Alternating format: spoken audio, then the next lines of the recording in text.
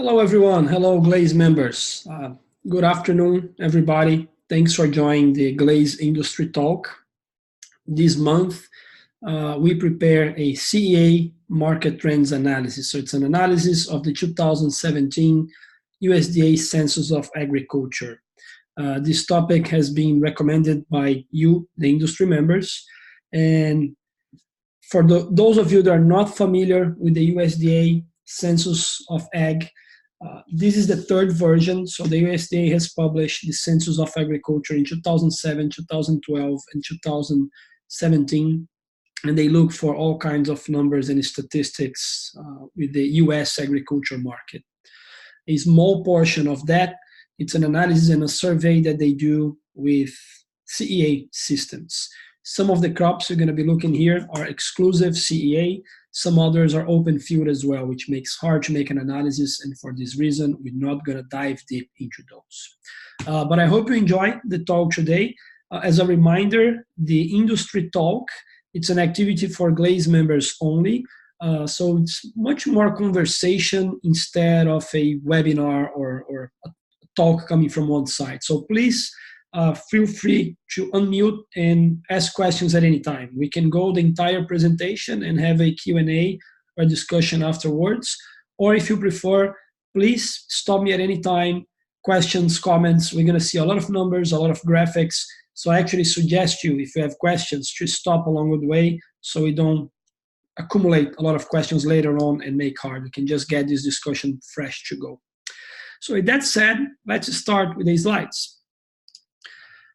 The section from the Census of Ag that we're going to be looking today refers to the food crops grown under GLASE and other protection.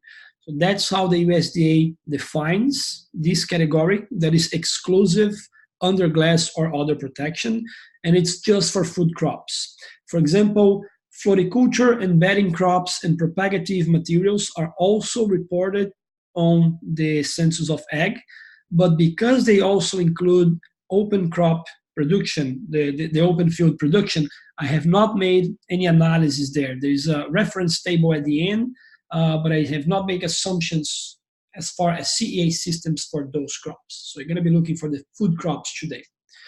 Also, according to the USDA definitions, when you look numbers that refer to total greenhouse vegetables and fresh cut herbs, this category includes greenhouse tomatoes and other greenhouse vegetables and fresh cut herbs. So you're going to see some total numbers reported, but then within this category, they break down into tomatoes and other greenhouse vegetables and fresh cut herbs. Tomatoes are tomatoes. The other greenhouse vegetables and fresh cut herbs would be everything else other than tomatoes. That's how the USDA is defining those terms here.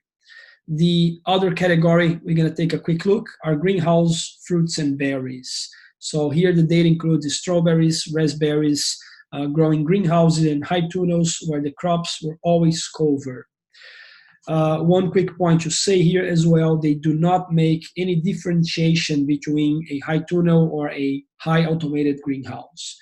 They're going to be looking all these as a one thing together, and that's why the discussion is good. We can get your feedback based on your knowledge on the market. If you have comments, if you think those numbers might be skewed one way or another based on these definitions from the USDA, it's a great opportunity for us to talk about this and try to come up with good numbers, and hopefully can help you to make future decisions as far as market, production, and how to position your companies on the market. So first table we're going to be taking a look here. This is the 2017, comes from the 2017 USDA Census of Ag, which is the latest one. And on this table here, we are looking for food crops grown under GLASE and other protection, the category we just saw, broken down into 4 categories. Even though we see 4 categories here, the first one, total greenhouse and vegetables and fresh cut herbs, is really all those together, the greenhouse tomatoes and other greenhouse vegetables, and then we have another one here, the greenhouse fruits and berries. Some of the analysis we can look here as far as market trends. Looking for the total greenhouse vegetables and fresh cut herbs production, the market value, so the market growth from 2012 to 2017 was a growth reported of 17.9%.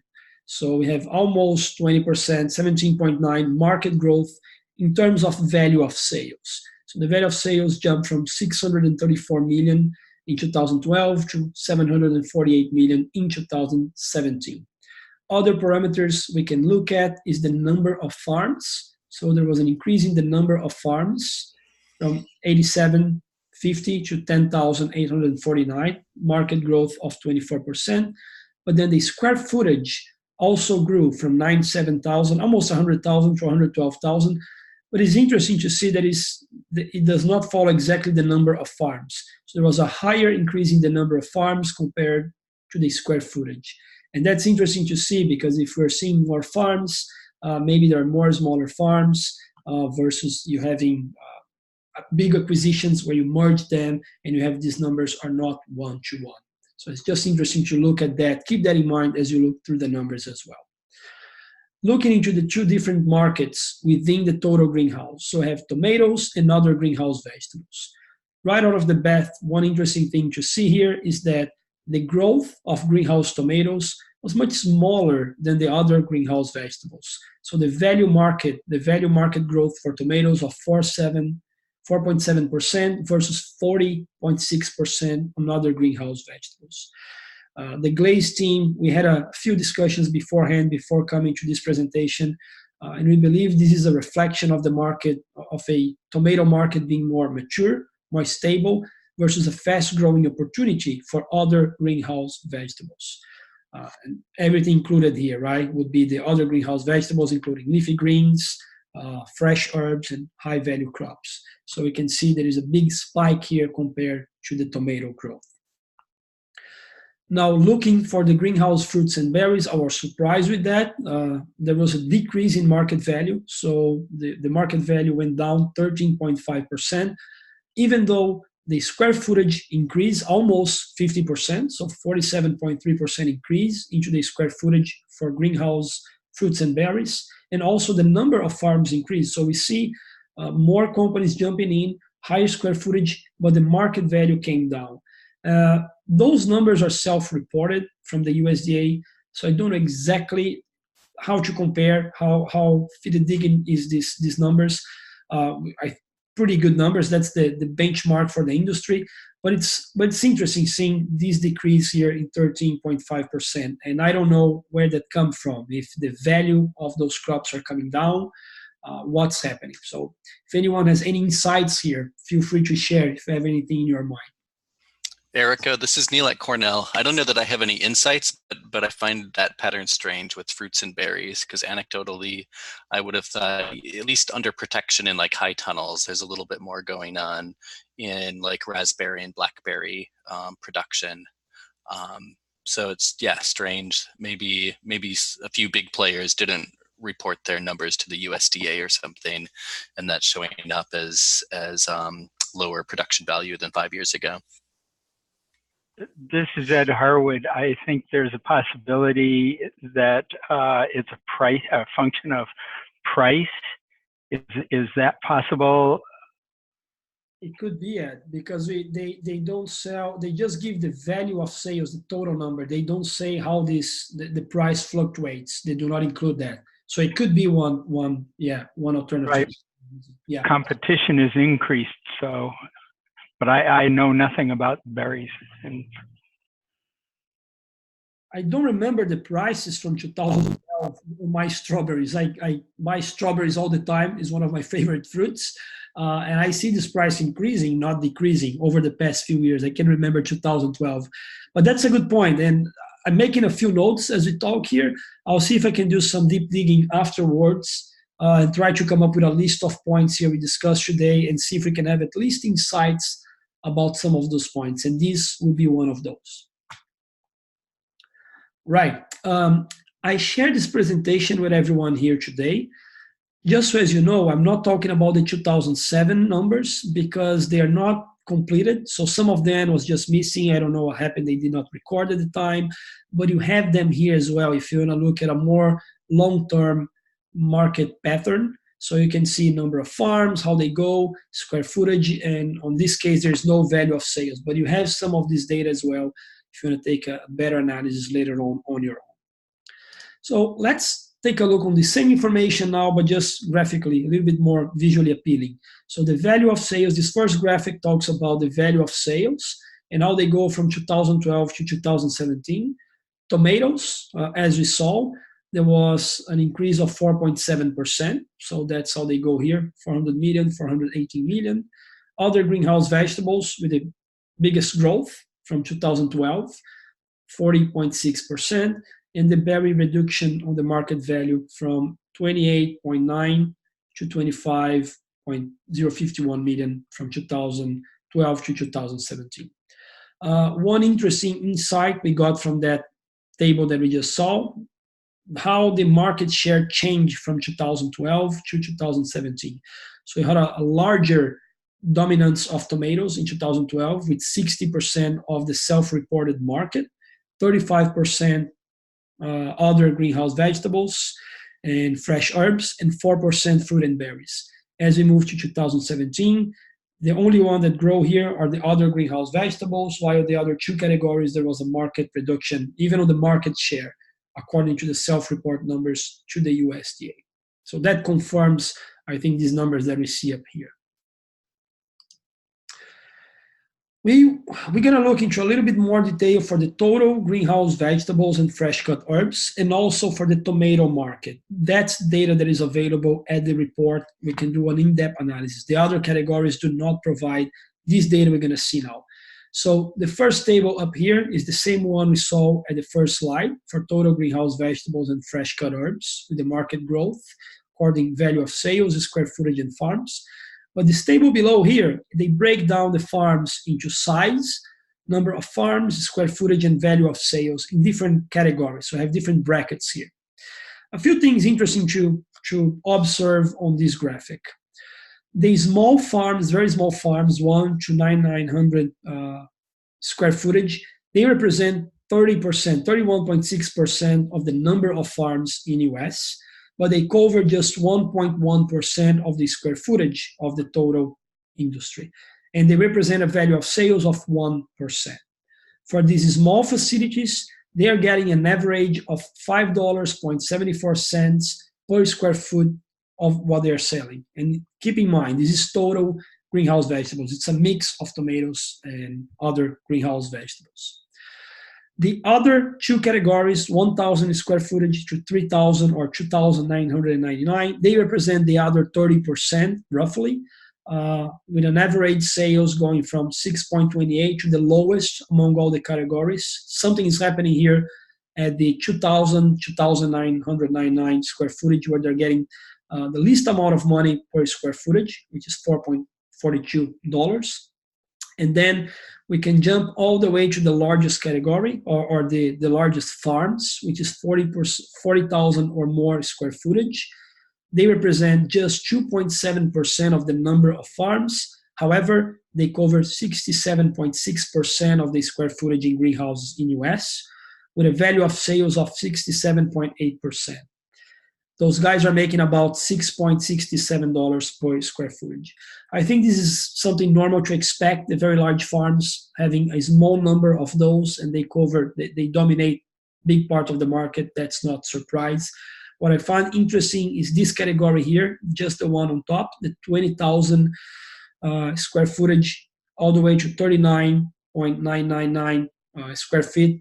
They are making $11.23 per square footage. So this category here might be a good mix of technology and also manageable size greenhouse, something they're doing right, that they're getting the most amount of money per square footage. And again, here I don't have the reason why, but it's a nice observation. Same information, but now in a graphic way. We see what we just saw here. The number of farms are the blue bars. And as you get smaller farms, you have a lot of those, but they represent very small percentage of the market share, the sales being the transactions on the market. As you increase the size of the farm, the value of sales that they represent increases until you get to the 40,000 or more. There is a dramatic jump into the value of sales from those farms. Here's another graphic for visualization. So the number of farms that we have from different categories according to their size. They're represented up here. And here you can see the 30% category, 32% with the very small farms. And then you have another 30% with the second to third smaller categories from 1,000 to 3,000 square footage. And then the other 30% would be up here, or the 40% would be up here with the bigger farms. At this graphic, we can see that phenomenon or that observation where this category here, the 20,000 to 39,999 square footage, they are just 6% of the market, but they represent 10% of the value of sales. All the others, they're pretty much one-to-one. If you see the larger farmers, 68% area and 68% value of sales. And the same is true for the other categories. So you have 1 and 1, 2 and 2, 4 and 3, pretty close. Something is happening here that they're making more money than the others. As we move forward, we're going to look now for greenhouse tomatoes. It's the same breakdown, but just for tomatoes now. One interesting thing to keep in mind, or just to observe, is that for the tomatoes, the variance here on the maximum and minimum amount of value sales is pretty closer, because now you don't have two categories. It's not other vegetables, it's only tomatoes. So they vary from $4.63 per square footage to $7.28. We can see here by observation that the low end we saw under the total greenhouse industry would come probably from the tomatoes, was pretty close to that number. But then the highest number, which was about $11.5 per square footage, must be coming from the other vegetables and fresh cut herbs. So we can narrow down the value of sales for tomatoes. Under this category, we see something similar. Numbers are a little bit different, but it's the same trend. With the smaller farms, they represent 41.8% of the number of farms in the US, covering 1.8% of the square footage of tomato greenhouses, and representing 1.7% on the value of sales, while with the very large farms, the 40,000 acres or more, they are now representing just 1.4%, but the square footage is much larger, 67% of the total market, and the value of sales is even larger, 74.5% of the value of sales coming from the large greenhouses. The breakdown into the 30% would be similar. You have the next two categories here, 1,000 to 3,000 square footage, covering another large area. So here would be a little bit more than 30%, but pretty similar trend as the total greenhouse vegetables and tomatoes. Same graphics, number of farms decreasing as the size of farms increase, and then the value of sales increasing. You have a little bit increase all the way up to 40,000 square footage or more, but then you have this big spike here with the large farms. Same graphic representation, and we can see by the colors that on this case, although you have 42%, it's more with the very small farms. They also get a very small percentage of the sales, but we can see that the large farms, those are the ones doing better here. So although they cover 67% of the area, they make 74% of the value of sales. So those are the most efficient growers in the tomato industry, is coming from the large growers. I'll change now gears, and you're going to see an analysis state by state for the three categories. Anyone has any comments, anything to add, or any questions before we change gears? Yeah, this is Ed again. I wonder if the lowest category there is roadside sales and farmers market, although there's not enough production there perhaps to support a booth at a farmer's market. Yeah, and maybe it's complementing a traditional outdoor vegetable production as well, or orchard, and doing a bit of year-round production or off-season production to complement field-grown product.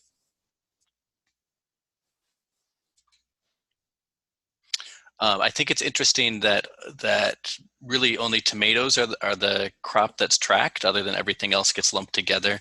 And hopefully this increasing value of the other categories going to make the USDA track a few other product lines in the next census.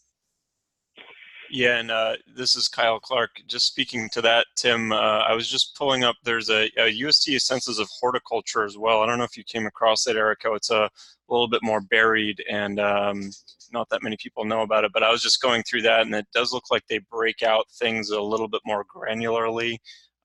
So they have food crops grown under protection, and they have like peppers and lettuce and cucumbers, strawberries, tomatoes broken out. I just kind of the only unfortunate thing is the years are a little bit different. So they have like one from 2014, one from 2009. 2014 is the most recent. But that would be something to take a look at, and you might be able to glean some more information from that. There's also a breakout for hydroponic systems. I have not heard about this one, Kyle. Thanks for letting us know. And yeah, that'll be very interesting. We can take a look, and even though the years do not match, it might give some insights and indications about these general numbers we're seeing today. And maybe we can have a discussion about that if there's enough interest from all the members. Thanks for sharing that. If you don't mind, can you send me the link or the PDF, and then I can share with everyone else? Yeah, absolutely. Yeah, it's something I only come across last year, and yeah, it's kind of buried. I spent a lot of time in the census data, so I was surprised to find it. But yeah, I'll send you a couple links to that. Okay, thank you. Also, the people who work at NASS, if that's still the direct organization or whatever, sometimes they have specialists who can give you a lot of insight into it more than what's published. Yeah, absolutely. The trick is just getting the right person on the phone. Yes. Right. That could be also, thanks for sharing that, Ed. That could be a guest speaker for the next industry talk if there's enough interest. If we can find the right person on the phone, like Kyle mentioned. But yeah, 2 notes made here. Thank you. Wonderful. All right. Let's take a look at some of the data now. What is available at the Census of Ag. I tried to do some analysis looking on state by state for the categories that were available. So the first one, total greenhouse vegetables and fresh cut herbs. So keep in mind again that here it combines the numbers from tomatoes and the other greenhouse vegetables. But if you add those 2 numbers, they do not necessarily add to 100% because some people might report 2 times or they might not report in some of the categories. But here is the total when they do the survey, getting the total number of greenhouse vegetables and fresh cut herbs. So the top 7 states, and by the way, I do have this list for the top 10. I just did not include because it would be too much numbers and cumbersome to take a look here, but I can share this with everyone after the meeting. So looking for the top 7 states regarding market value. Clearly to see that California dwarfs anyone else. So they have 46% of the production is coming from California. And there was a market growth in California of 26% from 2012 to 2017. Interesting to see. That's one of the cases that represents something interesting, even though the market value really grew a lot and the square footage also grew, the number of farms decrease. So that's, we think, is an indication of large company merging with each other or acquiring one greenhouse, acquiring another one, the large ones. And that's when we see those type of numbers. Following California, you have Texas, Ohio, New York, Maine, Virginia, and Minnesota. What we see here, again, the market share among this, and this market share is not, so just make sure here, this market share is not for the total 50 states. We are seeing for the market share divided among the top 7 states. So if you do the top 50 or the top 10 or 15, they will change, but they will hold the same ratios pretty much. Few interesting things to see. I highlighted the ones that had a big spike into the value of sales. So that happened to Ohio. Ohio went from about $10 million value of sales in 2012 to 43 million or almost 44 million in 2017. So market growth of 317% in just 5 years. And then we also see a big spike in Virginia regarding the total greenhouse and vegetable fresh cut herbs. So 270% spike, going from about 8.5 million to 31.5 million from 2012 to 2017. Here you can see a map representing those states. Just interesting to see. The reason I add this here, you can have a quick visualization on the market growth. So that'll be the percentage and then the total value for 2017. And just to see where they are. So you see California and Texas, probably the weather is playing a big role here. But then you have here in the Northeast a high concentration as well, including Minnesota up here. Same analysis now for greenhouse tomatoes. So looking just for tomatoes, California is not as dominant as the total number of greenhouse or total greenhouse production. They have 33% of the tomato production, followed by Texas again, Ohio, New York, Minnesota, Arizona, and Illinois. Within the tomato industry, the big spikes again coming from Ohio. So Ohio had a 900% increase on the value of sales compared to 2012. They went from 3 million to 32 million, so it's a very impressive number. And if you have in your mind, Ohio, the total market value sales for tomatoes and other greenhouse and other vegetables was 43 million. Here is 32, so it's about 75% of the market in Ohio now. The CEA market is coming from tomatoes. The other big state with increase, a big spike, is Illinois. So they went from 1.7 million to 10.6 million from 2012 to 2017 with a market growth of 517%. We did talk a little bit about that among ourselves at GLASE on why we think Ohio had this big spike.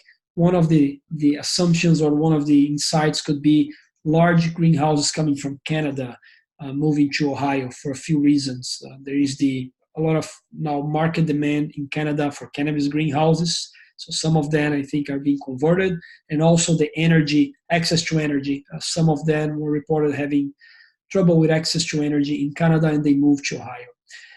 For the people on the call here, do you have any sites, do you have any comments, or do you see any market trends why Ohio and Illinois would have this huge spike from 2012 to 2017?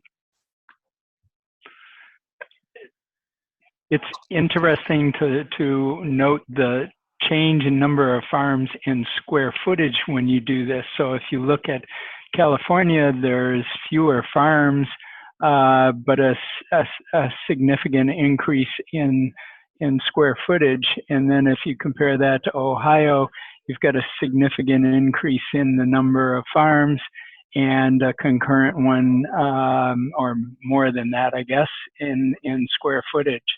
So it would be nice to have some way to compare those particular numbers, just to somewhat normalize the information. Yeah, Ed, and do you think, could that be an indication that in California, it could be a matter of merging greenhouses and maybe increasing productivity, but pretty much established bases versus Ohio and Illinois, considering that there is a large increase in the number of farms and square footage, could be new greenhouses coming to this market. It's a whole brand new market. Do you think that could be one reason? Yeah, yes, I definitely think it could be one of the reasons considered.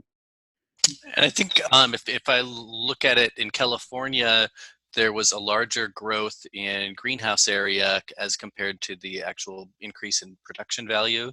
So maybe those California structures are lower tech structures versus in Ohio, there was a 458% increase in area, but more than 900% increase in sales. So then those new structures going into Ohio might be those higher tech greenhouses with heating and supplemental lighting during the off season. Yeah, that's Erico, do you know anything about the data collection methods and things like the response rate? I mean, how reliable do you think it is in Ohio, for example, a 10x in their total sales? Somebody mentioned certain people not reporting could swing the numbers in a big way. John, that's a good point. The 2017 Census of Ag They do have a section where they describe how they do the data collection and the methodology, which I have not looked into detail. That's something I could take a quick look and make a summary, at least indicate where they're describing this, and follow up with everyone here. But you're right, there could be, if people are not reporting correctly, if they're not reporting at all, that could change the data. Let me do some more analysis, and like was mentioned here before, if I can get someone on the phone from NASS to ask some of these questions, that could be a good follow-up for me to do before getting back to everyone here. But you're right, that could happen. I do think in the case of Ohio, it's not that they didn't report in 2012. It's just that there's a couple large production facilities now in Ohio that weren't there in 2012. There's Sunset. There's at least a 20-acre facility, if not larger now, in a second phase. And then another, I was looking up their name, Golden Fresh Farms is another project in Ohio that's 20 acres that would have opened up in the last years. And to follow up on that, as far as I know, this Census of Ag is the most accurate data that you can find. There's the most detailed and accurate data that you can find. I just became aware now of the Census of Horticulture. We should take a look as well. But I think that's the best market information we can find today. It would be helpful to have someone, an ag economist, or to convert this into suggested knowledge. So one example of the knowledge that could be shared that uses this as a basis is for investors. What are they investing in? They always want to know what the market size is and other, sort of contextual information. Yes, Ed. We did invite Marvin Miller from Ball to participate. He could not join today, so he was willing to join and be part of the conversation, but he had some training folks at his company. He could not join today.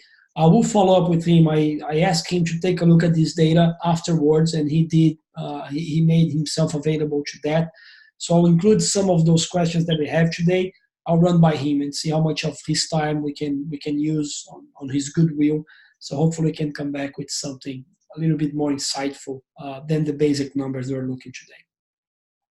Thanks. Wonderful. So let me change gears. Let's go to the next one. This is the graphic representation where they are. So for the tomato industry, we get more into the southeast and the east coast. So California, the West Coast, California, Arizona, Texas, and then we have the Northeast again with Minnesota. And the other category, which is the other greenhouse vegetables and fresh cut herbs. Here we have a large majority coming from California, 60% of the market, followed by Virginia, Illinois, Massachusetts, Pennsylvania, Ohio, and New York. Same type of analysis here. We look at the market growth, number of farms, square footage, and then the market value. On this case, Virginia comes as one of the highlights with 245% value of sales increase from 2012 to 2017. But bigger than that is Illinois again. So Illinois has been a very fast market growth for CEA from 2012 to 2017. On this case, 564% market growth, going from $2.1 million to almost $14.3 million in 2017. Same type of analysis, so you can see places are the number of farms changed versus the square footage, and then the market growth, the value growth. Again, Illinois, there is a lot of new area, 76% new area cover. The same thing for Virginia, for the two states that are growing a lot. One interesting case would be Massachusetts. You also have a large increase in market sale, 63% is a good number, but you have less farms and more square footage, considerably more square footage. But the same type of analysis. So as you go from these graphics later on, if that's helpful, you can take this information and visualize what's happening with this industry. Moving forward on the graphic, the map analysis, that's interesting. We don't have the South states anymore. We do have the West Coast with California, but then a big concentration here in the Northeast for the other greenhouse vegetables and fresh cut herbs. The last category that we have, we're not going to see any of those graphics, but I would like to include here is floriculture and bedding crops and propagative materials. There are other categories included into the 2017 Census of Ag, but they're not really for the greenhouse industry, so I did not include here.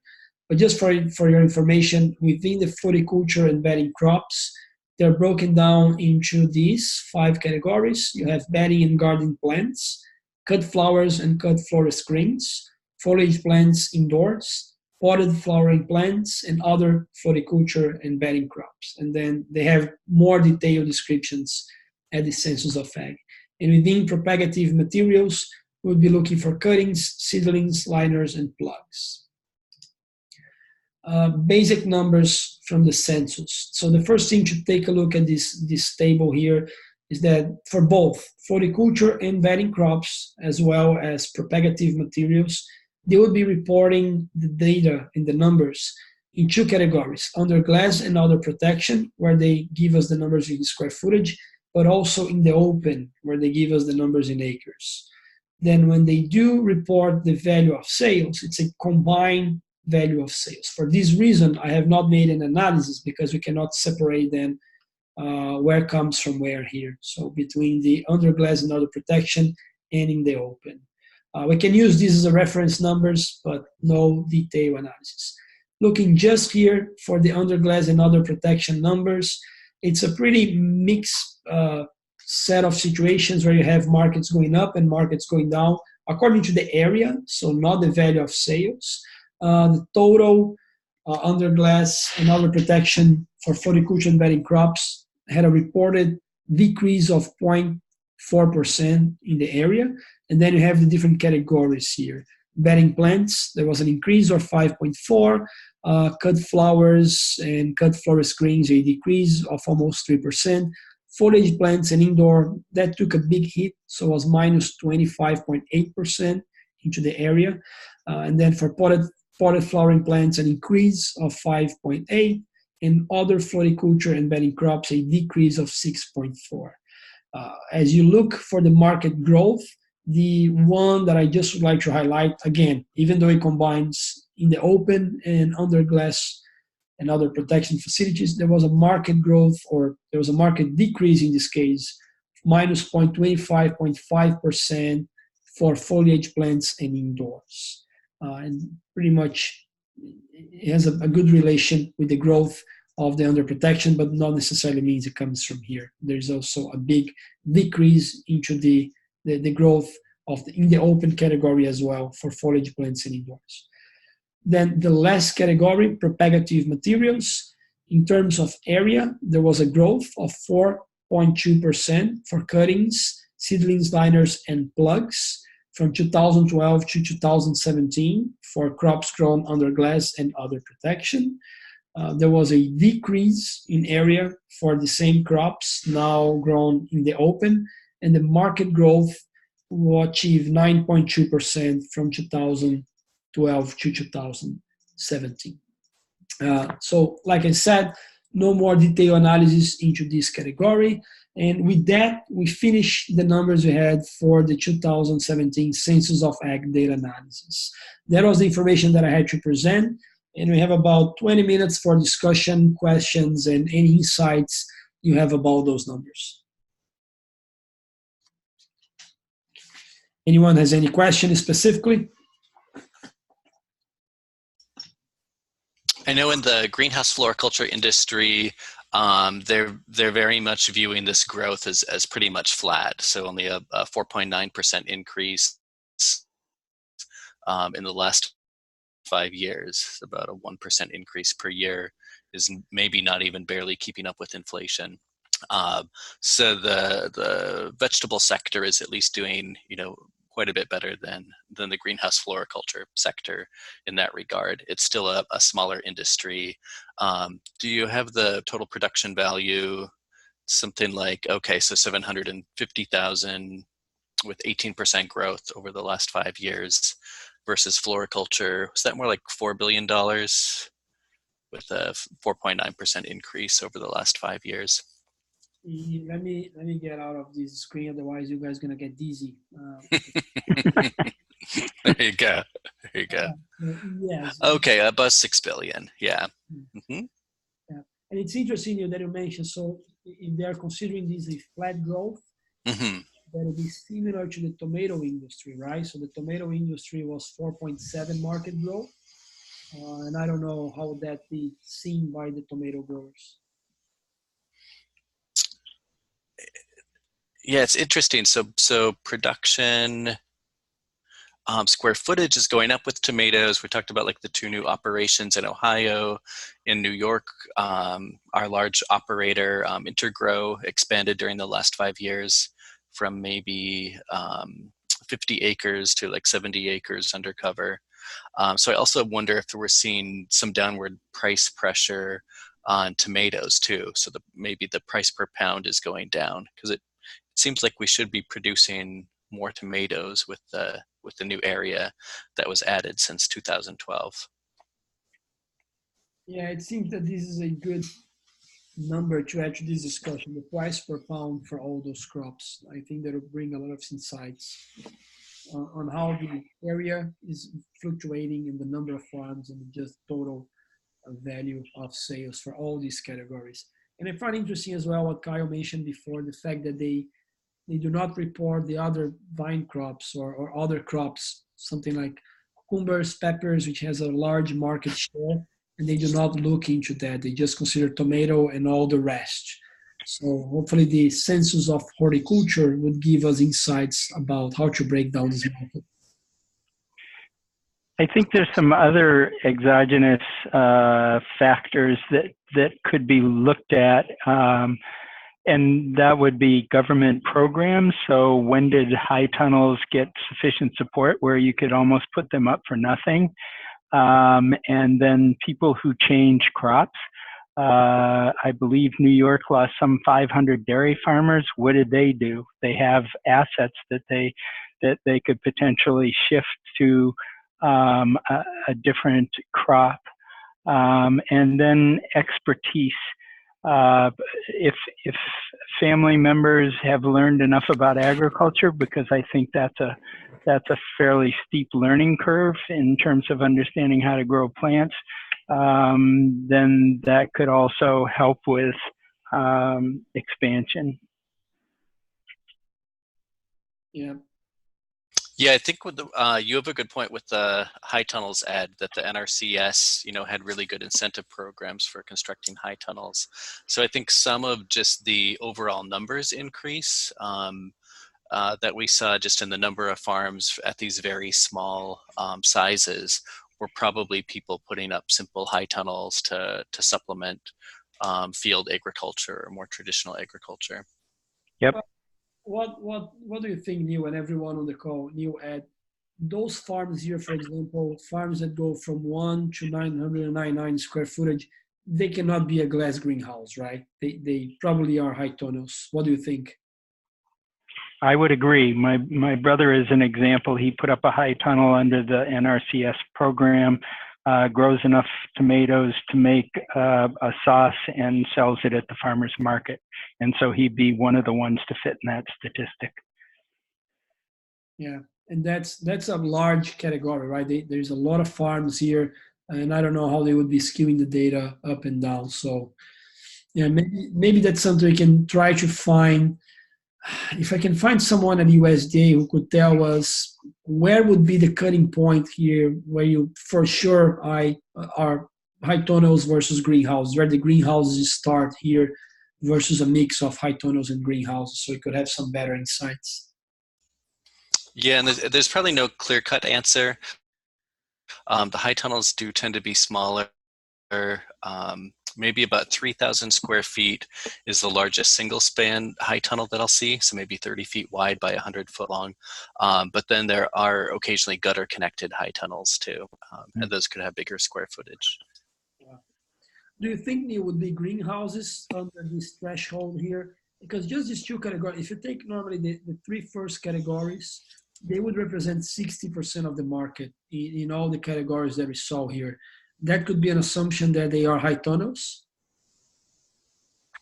But they could also be small heated greenhouses too, for like direct sales to restaurants or farmers markets.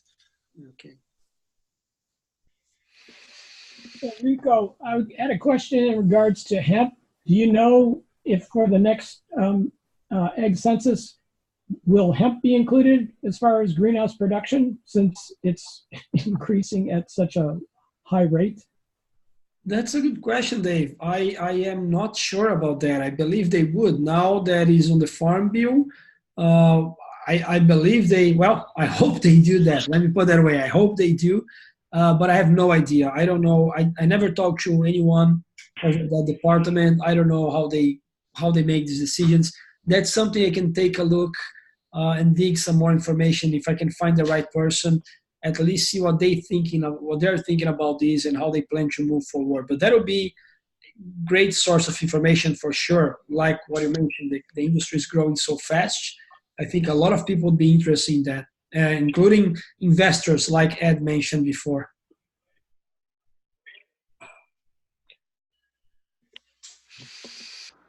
Erico, I know at a different time we had discussed the production value of cannabis, which is not something we can study in GLASE per se, but that it surprised me in how large that sector was as compared to greenhouse vegetable production. Yes, I don't have the number here with me, Neil, but it was really big. I have to find, maybe I can, that's something I can find exact. I don't want to bring a number on top of my head and it's wrong, but I can look at the latest. There are so many market reports for cannabis nowadays out there. I'll definitely include some of that. And also there are nice projections for hemp as well at this time, the hemp industry. So I'll include some numbers or indications and literature about that on my follow-up email. But I don't think USDA will be publishing anything on cannabis, even on the next Census of Ag, which should be, if they follow this trend here in about 5 years, the last one 2012, 2023 or so. But it'll be great to see this number as well. Yeah, it'll be, this is Kyle, it'll be interesting in the next Census of Ag because, I assume they will include hemp, given that it's approved in the Farm Bill. But then, like in California, you've got a lot of large greenhouses and greenhouse area being converted to medical cannabis as well. So those ones are just going to disappear off the census. But then, of course, ones that are growing hemp will be showing up. So there'll be some funny things going on with the data set for greenhouses in the next census, I'm sure. Erico, first of all, just want to thank you and Neil and the other members of GLASE who are helping with this. I think this is a very good topic for sure. It does make me wonder how we might influence either the diversification of the information or some of these other exogenous factors and getting those from NASS. How do we influence NASS to do those kind of things to be more helpful to our industry? Great point, Ed, and thanks for bringing that up. We are planning, and that's something I'd like to get, if everyone here agrees on this talk today. We did present these numbers, but we're getting inputs and feedback from everyone here. So I would like to check with all of you if it would be okay if we go ahead and make a publication out of those talks. So what I would do, working with Dave Kwok, which has been writing articles for GLASE, we can write a short article about this discussion today, put out there to create awareness. So that'll be step number one. Just show they're using their data in a useful way for the CEA industry. Discussions like these, I think that'll be step number one. But your point, Ed, I haven't thought about this, how to directly influence them. Maybe we can make a follow-up. I can follow up with all of you by email. And if we have something that is signed by growers, so all the GLASE members, and we could open, if we make this public, we can open and get more growers to participate. saying that we made these discussions and growers are looking for these specific types of information, how to add value or how to determine the more thorough analysis. I could then, on behalf of GLASE and its industry members and everyone who participate, try to locate the right person at NAS and provide them this feedback and just advocate for these changes or improvements that we are talking now for the next Census of Ag, or even better, we don't have to wait until then, if they could do something between now and the next one, which should take a long time to be published. Do you think that would work? Do you have any other recommendations? Yes, it may be that you have to go higher up than that. So, you know, it could be to the Secretary of Agriculture or the appropriate undersecretary or something like that. But I enthusiastically endorse what you're suggesting. That's wonderful. And I think we do have access to major growers around the US, including everyone on this call here. So I think the support from all of you would be pretty good. So counting on your endorsement is really helpful. Thank you for that. I do think it would be helpful to have an ag economist review it so that the language fits all of that, so that the reader feels comfortable with what's being said. Absolutely.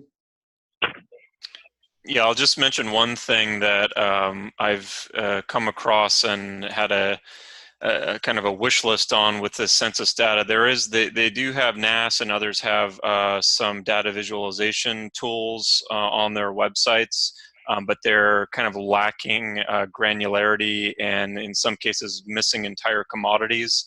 Like I'm looking at the NAS data visualization right now and I could be missing it, but I'm not seeing anything relating to production under GLASE, but they have the platform and the foundation there, and that could make it very easy to compare, you know, to do some of the analysis that you did, but in an instantaneous and more visual sense, where it's showing kind of a heat map of the US. So, you know, if we could put together some specific requests there for how to integrate CEA into this data visualization tools, I think that could be very helpful for investors and others in the industry. Yep. Yeah, it's a great way to attract people to GLASE as well, getting feedback and providing value for the industry. That certainly sounds a very useful task to do and would be a good way to provide the industry with benefits. I do agree with that. Wonderful. Well, we are getting close to 4 o'clock and I will be respectful of your time. We scheduled this talk from 3 to 4. I would like to thank everyone for participating, join the call. I hope you find that useful. I definitely enjoy this chat with all of you. I would like to thank all the GLASE team for helping preparing for this presentation as well. I did got lots of good feedback and ideas. I will compile an email and a one-page summary of what we're doing now and get back to you. So Kyle, you mentioned a few specific interesting resources. If you could share that with me, the horticultural census, the link that you just mentioned for the NAS webpage. If you don't mind, I would share with everyone else, make this available to everyone here. Ed, I will follow up on some of your points, see how can we make this a final document or official document to follow up with the USDA. I can check with a few economists. Cornell has a very strong team of ag economists. I can check there. We can check with other folks as well. And the last comment I would like to make, again, if you have any issues or if you think there is any problems in making this a publication, please let me know. Otherwise, I'll be working with Dave Kwok, who joined the call here today, to create the newsletter article for this month for GLASE would be around this topic. So we can crunch some of this data, clean up, get a few conclusions, put out there and start this whole process of awareness and outreach and education. So if you have any comments, any trouble or any problems with that, please let me know by email or whatever you feel the best for you. Other than that, I would thank everyone. Any final comments, any closing remarks from anyone on the call? Okay, This presentation will be available at the GLASE website for members only. So this is part of your password protected section, which, by the way, I have 3 minutes here. If you have any trouble accessing this, that's relatively new. I think we launched the password and login about a month ago. I have received one follow-up question that someone was not working properly, and we fixed that. So if you had any trouble or having any issues accessing the website and getting the material there, please let me know. And if you have any other insights and feedback about navigation, how to make the website better, let me know. It is our goal to make this a hub, a repository of all this information we are discussing to make your life easier and a big database for you to access useful information. So at any time, if you have any questions or suggestions, please let me know as well. All right, with that said, I wish everyone have a good end of the afternoon, a good Tuesday, have a good week, and I'll see you again on our next industry talk. Thank you so much, everyone, for joining. Have a good day. Thank you, Erico. Thanks, Erico. Sounds great. Have a good day, everyone. Thanks, everyone. Bye-bye. Thanks.